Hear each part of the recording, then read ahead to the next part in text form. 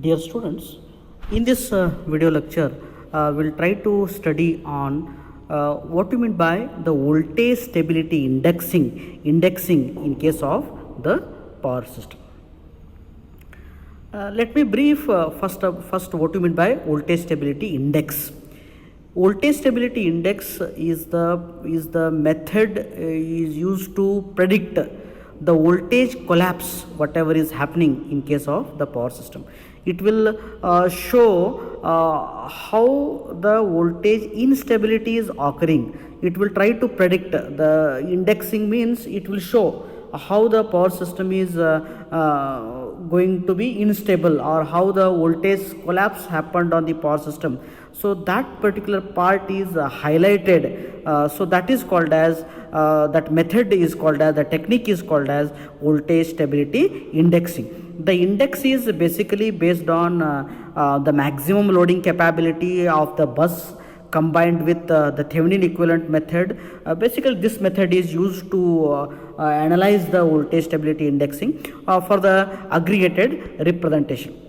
In many indices characterizing the proximity of an operating state, because for every operating state there is a proximity to that collapse point, so that when the particular parameter exceeds that proximity, then collapse may happen. That we call it as a collapse point. That is developed in this method. The degeneracy of the load flow Jacobian matrix is particularly used as an index of the power system steady state stability. Under certain conditions, what happens?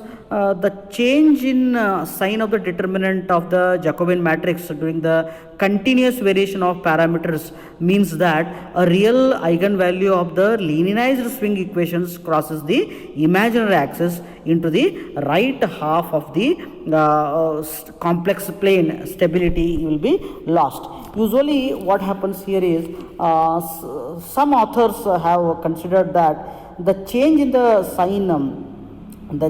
sign whatever happens in case of Jacobian matrix probably does not indicate the loss of steady state stability, but when there is a even number of eigenvalues whose real parts crosses the imaginary axis, then voltage stability is related to the multiple load flow solutions. Usually the bifurcation theory is also used to analyze the static stability and the voltage collapse also. The static bifurcation of the power flow equations was also associated with either the divergent type of instability or the loss of causality. The necessary and sufficient conditions for the steady state stability are basically based on the concept of feasibility reasons of the power flow maps, the feasibility margins, but the high computational efforts are also needed for this particular point. The similar to sensitivity analysis, the model analysis is also only valid for the linearized model. The model analysis can do this particular point. For example, if it is applied at the points along the PV curves or at the points in time in a dynamic simulation. So what happens here is when the system is considered as a voltage unstable, at least one of the eigenvalue is positive. Zero eigenvalue means that the system is on the verge of voltage instability. So the eigenvalues, determining the value of eigenvalues is the very important. For all the small eigenvalues, the bus participation factors determine the area which is very closer to the voltage instability. So this is what the concept of basically what we discussed regarding the voltage stability indexing. So next we'll study what are the analysis techniques we are going to use for the steady state voltage stability studies. So that we'll discuss here. Usually what happens is the voltage collapse study mainly concerned with the steady voltage behavior. It is basically it is based on the steady voltage behavior. But voltage collapse is described as a problem. Usually we are defining it as a problem that results when the transfer limit is exceeded to the certain limit, because we have certain proximity. When it crosses that particular point, we call it as a collapse point. So this is the voltage collapse problem. The transfer limit of an electric power network is maximum real or reactive power delivered by the system from the especially from the generation source to the load areas. So the steady state operation of this particular system network the network is represented by the power flow solutions equations, that is f of theta v lambda is equal to 0, where theta represents the vector of the bus voltage angle, v represents vector of the bus voltage magnitude, and the lambda represents the parameter of interest we want to vary. So that is the parameter what we are going to vary, especially in case of the steady state power system network. So it should be emphasized that the singularity of the power flow Jacobian matrix, that is df by dou f by dou x, is necessary, but it is not sufficient condition to indicate the voltage instability. So this the method whatever we are going to propose to observe the voltage instability phenomena is very much closely related to the multiple power flow solutions caused by the non-linearity of the power flow solutions. So basic drawback of this type of method is that basically it relies on the Newton reference method, load flow analysis technique.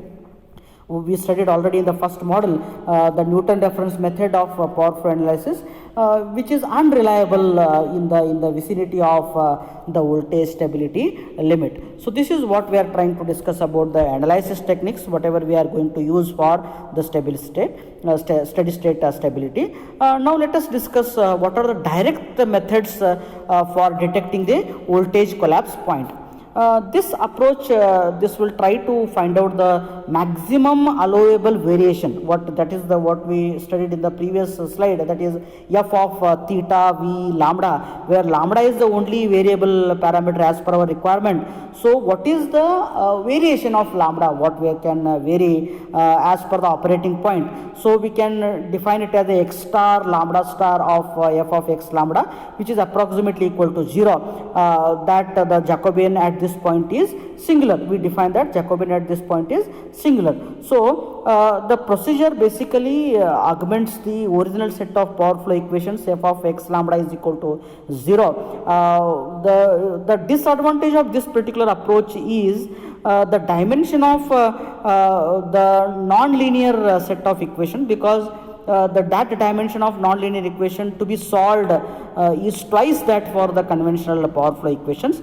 Then the next drawback is, the disadvantage is, the approach whatever it requires is a good estimate of the vector lambda.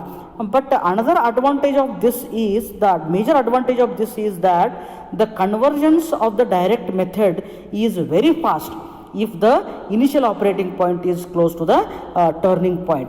This is about the direct method whatever we discussed. So now we'll discuss what we mean by the indirect method, that is the continuation method.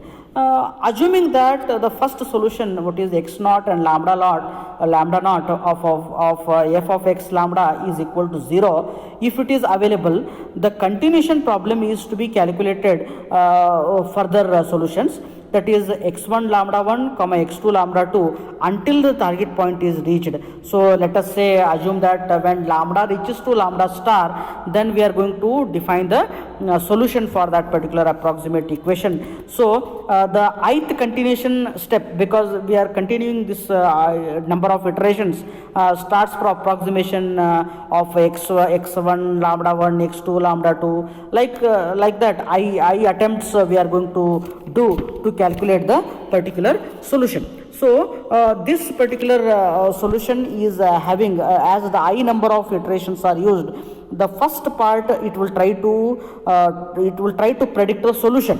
Okay, then in the second part it will try to make the predicted part converge to the required solution, the correction, we call it as a corrector. So we are trying to understand the two factors here. One is the predictor, another one is the corrector. In the first step, they are going to predict the fault, then based on the report of that prediction, it is trying to adjust the solution, that is called as the corrector. So we are going to define the predictor equation as xi lambda I, it is trying to send to the xi plus 1 bar via lambda I plus 1 bar. The corrector is by taking xi plus 1 bar comma lambda I plus 1 bar as the input, then we are going to define the xi plus 1 lambda I plus 1. So the continuation method usually differ in choice of predictor, the type of the parameterization strategy what we are going to adopt, and what amount of the corrector method we are going to apply, and what is the step angle control method we are going to apply. So these all points we are going to consider in case of this. So parameterization is also one of the method. Parameterization is a mathematical way of identifying each solution in a particular branch, which shows the voltage is continuously decreasing as load near the maximum, like that.